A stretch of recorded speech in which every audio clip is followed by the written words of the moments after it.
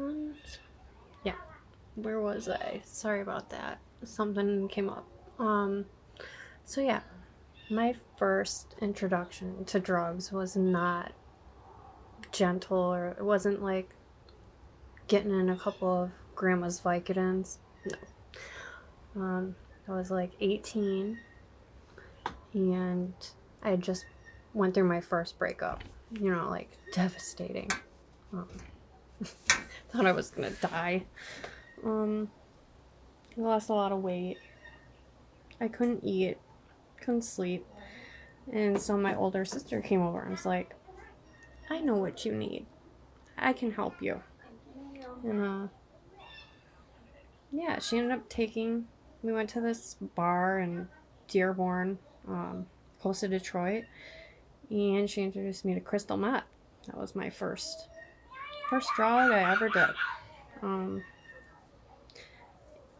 It was crazy. It was like I went from like the lowest point in my life to the highest in like a matter of a second.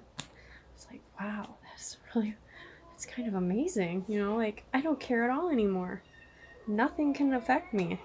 This is awesome.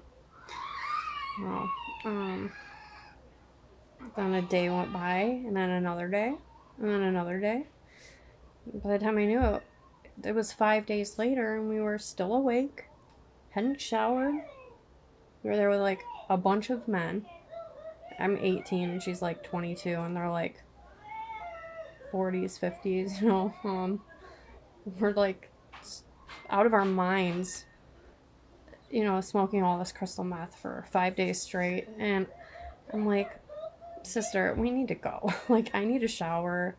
This is crazy. And she didn't want to go, so I took her keys and took her car, left her there, and drove home. And it's like, I remember it so vividly on the way home. It's like I was still floating up here somewhere, and it's like the farther I got from that bar, the closer I got home, it was like I could feel my mood just like a plane crash. And I'm like, so what? I just have to stay high forever to feel okay? Is this what I need to do? Yeah, I mean, I guess that's exactly what I did.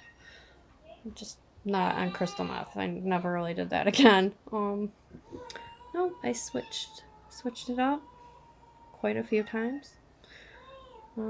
Next, I actually got addicted to cocaine and alcohol. When I was partying a lot, acting stupid for attention. But yeah, we had a lot of fun. We definitely had a lot of fun. I think that was like about a year. For a year, we were addicted to coke, me and my ex-girlfriend. And I used to snort it, but she liked to shoot it up. And that's how I learned how to be a very skilled phlebotomist without going to school for it, because I used to do it for her. Yeah, after that though, I actually met someone else at that point, and like he didn't drink or do drugs, so I'm like, hey, you know, I shouldn't be doing this either. I'm gonna end up like dying or end up in jail or something. So I ended up working at a pharmacy. And what happened next? Oh, my sister again. She came back around. Now, she's always been she's always been very resentful of me. I don't know. I think she's always been trying to destroy me. I just now realized it.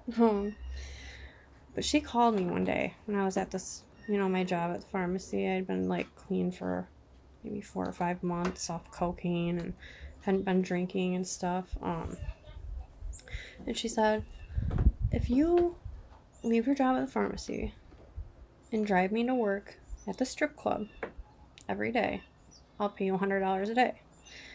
Well, this is like 20 years ago, so $100 a day was like, I think I was making like $40 a day at the pharmacy. So I'm like, okay, I'll do it. I can spend some time with my sister, you know, like maybe she'll love me if I do this time. Well, I didn't realize that driving her to work at the strip club. You made pizza? Okay. I didn't realize that driving her to work every day also meant I would have to drive to the dope houses and buy heroin like 5, 6, 7 times a day while she was working. But that's like what it quickly became. And that's how I was introduced to heroin. Yeah, that was probably the second worst drug I'd say in my long line of things I've been addicted to. I resisted for a couple months, maybe a month. And I was watching her and my little sister shoot up in my car multiple times a day, every single day. And it's like, I don't know if it was boredom or it was boredom. I'm like, just give me a little line. I want to see what this is about. You know, you see something every day and you kind of become desensitized to it. And it's like something that's a really big deal. You see it every day and just all of a sudden it stops being a big deal. So they gave me a line. I'm like, okay, that is like the best thing. I mean, I knew from that first time, I'm like, I'm going to be doing this shit every day now. And I think like 3 days later, I shot it up for the first time. I never looked back. Yeah, I think I'll end it there. We'll get into those next time.